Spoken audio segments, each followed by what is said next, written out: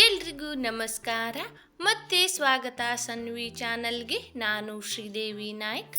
ಇವತ್ತು ನಾನು cabbage cutlet ಅಥವಾ ಕನ್ನಡದಲ್ಲಿ ಹೇಳಬೇಕಾದ್ರೆ ಕ್ಯಾಬೇಜ್ ವಡೆ ಅಂತಲೂ ನಾವು ಕರಿಬಹುದು.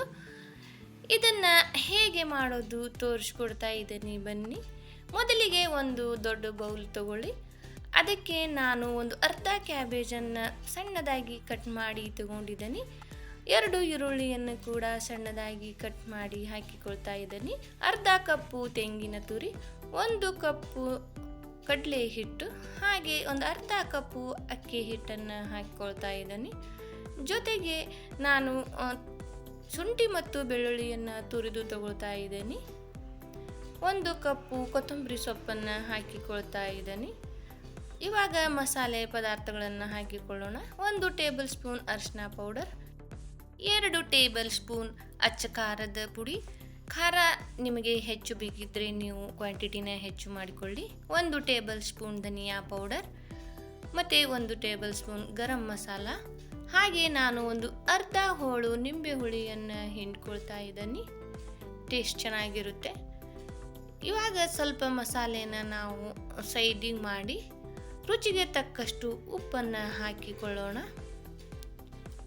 ಚೆನ್ನಾಗಿ ಮಿಕ್ಸ್ ಮಾಡಿ ನೀರನ್ನು ಸ್ವಲ್ಪ ಸ್ವಲ್ಪ ನೋಡಿ ಹಾಕಿಕೊಳ್ಳಿ. ಯಾಕಂದರೆ ಕ್ಯಾಬೇಜು ಮತ್ತು ಈರುಳ್ಳಿಯಲ್ಲಿ ನೀರಿನ ಅಂಶ ಮೊದಲೇ ಇರುತ್ತೆ. ನೋಡಿ ಹಾಕಿಕೊಳ್ಳಿ ನೀವು ನೀರು. ನಂತರ ನಾನು ಇವಾಗ ಕೈಯಿಂದ ನಾದಿಕೊಳ್ತಾ ಇದ್ದೀನಿ. ನೋಡಿ, ಗಟ್ಟಿಯಾಗಿಯೇ ಇರಬೇಕು. ಅಳುಕಾದರೆ ನಮಗೆ ಕೈಯಲ್ಲಿ ತಟ್ಕೊಳ್ಳಿಕ್ಕೆ ಬರಲ್ಲ ವಡೆಗಳನ್ನು.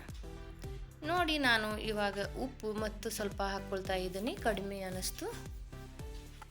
ನೀವು ಕೂಡ ಉಪ್ಪು ಟೇಸ್ಟ್ ನೋಡಿ ಹಾಕಿಕೊಳ್ಳಿ. ಇವಾಗ ಒಂದು 5 ರಿಂದ 10 ನಿಮಿಷ ನಾವು ಮಸಾಲೆ ಹತ್ಕೊಳ್ಳಿಕ್ಕೆ ಇಡೋಣ. ಬನ್ನಿ, ಇವಾಗ ಒಂದು 5 ರಿಂದ 6 ನಿಮಿಷ ಟೈಮ್ ಆಗಿದೆ. ಹೇಗೆ ವಡೆಯನ್ನು ಮಾಡೋದು ತೋರಿಸ್ಕೊಡ್ತಾ ಇದ್ದೀನಿ.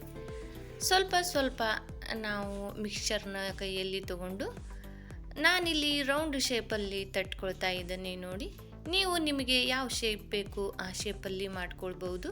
ಇವಾಗ ಒಂದು ಪ್ಲೇಟಲ್ಲಿ ನಾನು ಚಿರೋಟಿ ರವೆಯನ್ನು ತಗೊಂಡಿದ್ದೀನಿ.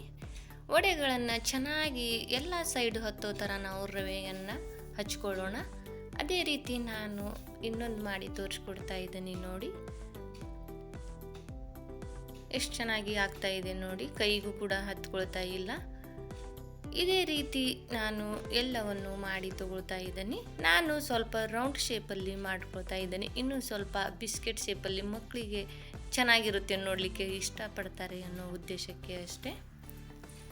ನೋಡಿ ಎಷ್ಟು ಚೆನ್ನಾಗಿ ಆಗ್ತಾ ಇದೆ. ಕೈಯಲ್ಲಿ ತಗೊಂಡು ನೀವು ನೀಟಾಗಿ ಅದನ್ನು ಸ್ಪ್ರೆಡ್ ಮಾಡ್ಕೊಳ್ಳಿ. ನೋಡಿ, ಇವಾಗ ನಾನು ಸ್ವಲ್ಪ ಬಿಸ್ಕೆಟ್ ಶೇಪಲ್ಲಿ ಮಾಡ್ಕೊಳ್ತಾ ಇದ್ದೀನಿ. ಎಲ್ಲವನ್ನು ನಾನಿವಾಗ ಮಾಡಿ ರೆಡಿ ಇಟ್ಕೊಂಡಿದ್ದೇನೆ. ನೋಡಿ ಎಷ್ಟು ಚೆನ್ನಾಗಿ ಬಂದಿದೆ. ಟ್ರೈ ಮಾಡಿ ಫ್ರೆಂಡ್ಸ್ ನೀವು. ಇವಾಗ ಒಂದು ಹಂಚಿಗೆ ನಾನು ಎಣ್ಣೆ ಕಾಯಲು ಇಟ್ಟಿದ್ದೆ. ಒಂದೊಂದೇ ವಡೆಗಳನ್ನು ಹಾಕಿ ನಾವು ಫ್ರೈ ಮಾಡ್ಕೊಳ್ಳೋಣ. ನಾನಿಲ್ಲಿ ಶಾಲೋ ಫ್ರೈ ಮಾಡ್ಕೊಳ್ತಾ ಇದ್ದೀನಿ, ಡೀಪ್ ಫ್ರೈ ಮಾಡ್ಕೊಳ್ತಾ ಇಲ್ಲ. ನಿಮಗೆ ಡೀಪ್ ಫ್ರೈ ಇಷ್ಟ ಇದ್ದರೆ ಡೀಪ್ ಫ್ರೈ ಮಾಡ್ಕೋಬೋದು. 2 ಕಡೆ ಗೋಲ್ಡನ್ ಬ್ರೌನ್ ಕಲರ್ ಬರೋವರೆಗೂ ನಾವು ಬೇಯಿಸ್ಕೊಳ್ಳೋಣ. ಸ್ಟೋವನ್ನು ಲೋ ಫ್ಲೇಮಲ್ಲೇ ಇಟ್ಕೊಳ್ಳಿ. ಯಾಕಂದರೆ ಮಸಾಲೆ ಇರುತ್ತಲ್ವ ಒಳಗೆ, ಮತ್ತು ತರಕಾರಿ ಚೆನ್ನಾಗಿ ಬೆಂದ್ರೇ ನಮಗೆ ಟೇಸ್ಟ್ ಕೂಡ ಚೆನ್ನಾಗಿ ಬರೋದು. ಹಾಗೆ ನಾನು ಉಳಿದ ಎಲ್ಲ ವಡೆಗಳನ್ನು ಶಾಲೋ ಫ್ರೈನೇ ಮಾಡಿ ತಗೊಳ್ತಾ ಇದ್ದೀನಿ. ಮತ್ತು ಎಣ್ಣೆ ಕಡಿಮೆ ಅನಿಸಿದರೆ ನೀವು ಸುತ್ತ ಹಾಕಿಕೊಳ್ಬೋದು. ನನಗೂ ಕೂಡ ಸ್ವಲ್ಪ ಕಡಿಮೆ ಅನ್ನಿಸ್ತು. ನಾನು ಒಂದು ಸಣ್ಣ ಸ್ಪೂನ್ ತಗೊಂಡು ಸುತ್ತಲೂ ಎಣ್ಣೆಯನ್ನು ಹಾಕಿಕೊಟ್ಟಿದ್ದೀನಿ. 2 ಕಡೆ ಕ್ರಿಸ್ಪಿಯಾಗಿ ಫ್ರೈ ಮಾಡಿ ತಗೊಳ್ಳಿ. ಮಕ್ಕಳಂತೂ ತುಂಬ ಇಷ್ಟಪಟ್ಟು ತಿಂತಾರೆ ಫ್ರೆಂಡ್ಸ್. ನಾನಿವಾಗ ಎಲ್ಲವನ್ನು ಫ್ರೈ ಮಾಡಿ ತಗೊಳ್ತಾ ಇದ್ದೀನಿ. ನಾನಿಲ್ಲಿ ಊಟದ ಜೊತೆ ಸರ್ವ್ ಮಾಡ್ಕೊಳ್ತಾ ಇದ್ದೀನಿ. ನೀವು ಊಟದ ಜೊತೆ ಆಗಲಿ ಅಥವಾ ಈವ್ನಿಂಗ್ ಟೀ ಟೈಮ್ ಜೊತೆ ಆಗಲಿ ನೀವು ಸರ್ವ್ ಮಾಡ್ಕೊಳ್ಬೋದು. ತುಂಬ ಚೆನ್ನಾಗಿ ಇರುತ್ತೆ ಫ್ರೆಂಡ್ಸ್ ಟೇಸ್ಟ್. ಎಲ್ಲರೂ ಉದ್ದಿನ ವಡೆ ತಿಂದಿರ್ತೀರ. ಈ ರೀತಿ ಒಂದು ಕ್ಯಾಬೇಜ್ ವಡೆನೂ ಮಾಡಿ ಟೇಸ್ಟ್ ಮಾಡಿ ಯಾವ ಥರ ಇದೆ, ಎಷ್ಟು ಚೆನ್ನಾಗಿ ಬಂದಿದೆ ನೋಡಿ ಫ್ರೆಂಡ್ಸ್.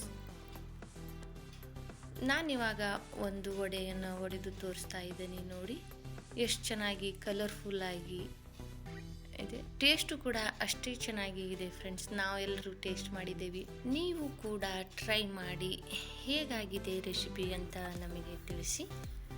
ಮತ್ತು ಯಾರೆಲ್ಲ ನನ್ನ ಚಾನಲ್ನ ನೋಡ್ತಾ ಇದ್ದೀರಾ, ದಯವಿಟ್ಟು ಎಲ್ಲರೂ ನನ್ನ ಚಾನಲ್ನ ಸಬ್ಸ್ಕ್ರೈಬ್ ಮಾಡಿಕೊಳ್ಳಿ. ಹಾಗೆ ಪಕ್ಕದಲ್ಲಿರುವ ಬೆಲ್ ಐಕನ್ನ ಪ್ರೆಸ್ ಮಾಡಿ. ಮತ್ತೆ ಸಿಗೋಣ ಬೇರೆ ರೆಸಿಪಿಯೊಂದಿಗೆ. ಅಲ್ಲಿವರೆಗೂ ಎಲ್ಲರಿಗೂ ಬಾಯ್.